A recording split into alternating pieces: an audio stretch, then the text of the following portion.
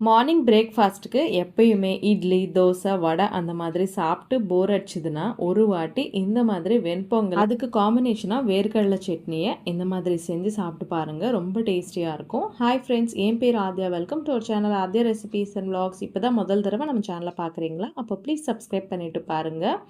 இந்த வெண்பொங்கல் வந்து பர்ஃபெக்ட் மெஷர்மெண்ட்ஸில் பண்ணிங்கன்னா ஹோட்டல் ஸ்டைலில் கண்டிப்பாக வரும். எப்படி பண்ணுறதுன்னு காமிக்கிறேங்க.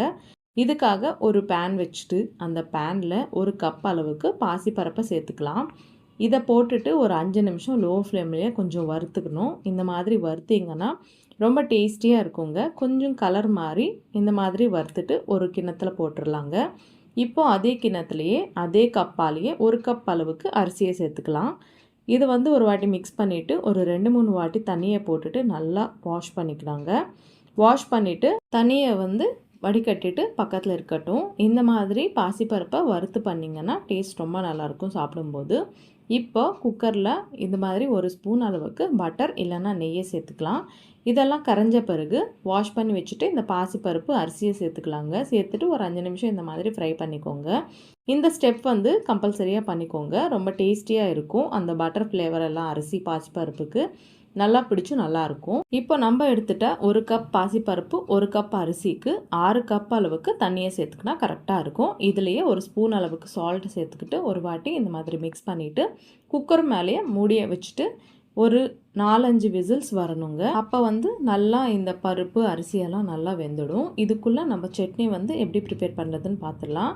இப்போ பேனில் ஒரு 2 ஸ்பூன் அளவுக்கு எண்ணெயை சேர்த்துக்கலாம். இதுலேயே ஒரு 6-7 வந்து பச்சை மிளகாய் சேர்த்துக்கிட்டு இதுலேயே அரை கப் அளவுக்கு வேர்க்கடலையை சேர்த்துக்கலாம். மேலே இருக்கிற தோலெல்லாம் எடுக்க தேவையில்லைங்க. ஒரு 5 நிமிஷம் இது கொஞ்சம் கலர் மாறுற வரைக்கும் வறுத்துக்கிட்டால் கரெக்டாக இருக்கும். இந்த மாதிரி வறுத்துட்டு ஸ்டவ் ஆஃப் பண்ணிவிட்டு ஒரு கிண்ணத்தில் சேர்த்துக்கலாம். இப்போது இந்த வறுத்த பச்சை மிளகா வேர்க்கடலையில் நம்ம வந்து ஒரு 1/4 கப் அளவுக்கு பொட்டுக்கடலையை சேர்த்துக்கலாங்க. இந்த மாதிரி பொட்டுக்கடலை சேர்த்தா ரொம்ப டேஸ்டியாக இருக்கும் சட்னி வந்து. இதுலேயே சின்ன சைஸ் அளவுக்கு புளியை சேர்த்துக்கலாம். ஒரு 1/4 கப் அளவுக்கு தேங்காவை சேர்த்துக்கலாங்க. தேங்காய் வந்து நல்லா வாஷ் பண்ணிவிட்டு இந்த மாதிரி பீசஸாக கட் பண்ணிவிட்டு போட்டுடலாங்க. இப்போ இதெல்லாம் கூட மிக்ஸி ஜார்லோக்கே ஆட் பண்ணிக்கலாம். ஆட் பண்ணிவிட்டு ஒரு ஸ்பூன் அளவுக்கு சால்ட்டை சேர்த்துக்கலாம். சேர்த்துட்டு மூடியை போட்டுட்டு கொஞ்சம் தண்ணியை ஊற்றிட்டு மூடியை போட்டுட்டு நல்லா ஃபைனாக கிரைண்ட் பண்ணிக்கணும். நீங்கள் எவ்வளோ நல்லா கிரைண்ட் பண்ணுவீங்களோ அப்போ சட்னி வந்து அவ்வளோ நல்லாயிருக்கும். இந்த மாதிரி ஃபைன் பேஸ்ட்டாக வரணும். இப்போ இந்த சட்னி வந்து ஒரு கிண்ணத்துக்கு ட்ரான்ஸ்ஃபர் பண்ணிக்கலாங்க.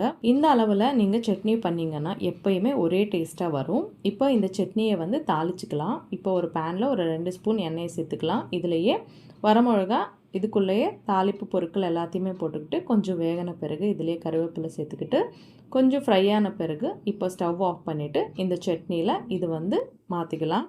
இதெல்லாம் இந்த மாதிரி போட்டுட்டு ஒரு வாட்டி மிக்ஸ் பண்ணிட்டிங்கன்னா நம்மளுக்கு வேர்க்கடலை சட்னி வந்து ரெடி ஆகிடுச்சுங்க. இட்லி, தோசை, வடை எதில் இருந்தாலும் சூப்பராக இருக்கும். இந்த மாதிரி பண்ணுங்கள். இந்த சட்னி ப்ரிப்பேர் பண்ணுறதுக்குள்ளே இங்கே அரிசி பாசிப்பருப்பு கூட நல்லா வெந்துடுச்சு. ஒரு 5 விசில்ஸ் வந்துச்சுங்க. இப்போ ஸ்டவ் ஆஃப் பண்ணிவிட்டு ப்ரெஷரெல்லாம் போன பிறகு மூடியை எடுத்துகிட்டு இந்த மாதிரி ஒரு வாட்டி மிக்ஸ் பண்ணுங்கள். பார்த்தீங்களா எவ்வளோ குழையாக வந்துச்சு. இந்த மாதிரி வரணும்.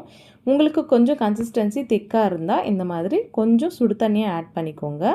சுடு தண்ணி ஆட் பண்ணிவிட்டு கன்சிஸ்டன்சி வந்து அட்ஜஸ்ட் பண்ணிக்கோங்க. இந்த மாதிரி இருக்கணும். இப்போ இது பக்கத்தில் இருக்கட்டும். இதை வந்து நம்ம தாளிச்சிக்கணுங்க வெண்பொங்கலை.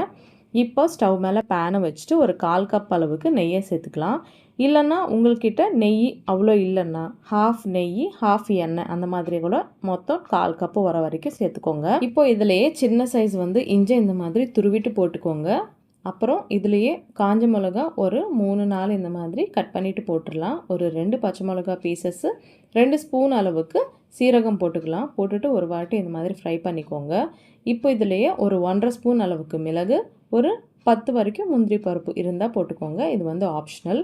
இந்த மாதிரி நல்லா லோ ஃப்ளேம்லேயே ஃப்ரை பண்ணிக்கோங்க. லாஸ்ட்டில் கொஞ்சம் கருவேப்பிலை போட்டுக்கிட்டு கொஞ்சம் இதெல்லாம் வெடித்து வந்தப்புறம் ஸ்டவ் ஆஃப் பண்ணிவிட்டு இப்போது தாளித்து வச்சுக்கிட்டோம்ல இந்த தாளிப்பை வந்து நம்ம வெண்பொங்கல் ப்ரிப்பேர் பண்ணிக்கிட்டோம்ல அதில் வந்து மாற்றிக்கலாங்க. அவ்வளோதாங்க. போட்டுட்டு ஒரு வாட்டி நல்லா மிக்ஸ் பண்ணிவிட்டு சுட சுட வெண்பொங்கல் அது கூடவே சூப்பர் காம்பினேஷனாக வேர்க்கடலை சட்னியை போட்டு சர்வ் பண்ணி பாருங்கள். அப்படியே வாயில் போட்டால் கரைஞ்சிடும். ஹோட்டல் ஸ்டைல் வெண்பொங்கல் ரெடி ஆயிடுச்சு.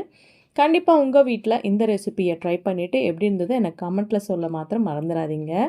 அது கூடவே நம்ம சேனலில் இன்னும் டிஃபன் ரெசிபீஸ் எல்லாம் இருக்குது. கண்டிப்பாக அது கூட பாருங்கள். வீடியோ லிங்க்ஸ் எல்லாம் இந்த டிஸ்கிரிப்ஷனில் கொடுக்குறேன். இந்த வீடியோ உங்களுக்கு பிடிச்சிருக்குன்னு நம்புகிறேன். பிடிச்சா கண்டிப்பாக லைக் பண்ணுங்கள். உங்கள் ஃப்ரெண்ட்ஸ் அண்ட் ஃபேமிலி கூட ஷேர் பண்ணுங்கள். இந்த மாதிரி நிறைய இன்ட்ரெஸ்டிங்கான ரெசிபீஸ் பார்க்கணுன்னா நம்ம சேனலை சப்ஸ்கிரைப் பண்ணிக்கோங்க. இன்னொரு இன்ட்ரெஸ்டிங்கான ரெசிபியோட நான் உங்களை சந்திக்கிறேன். அது வரைக்கும் சைனிங் ஆஃப் உங்கள் ஆத்யா. Bye bye.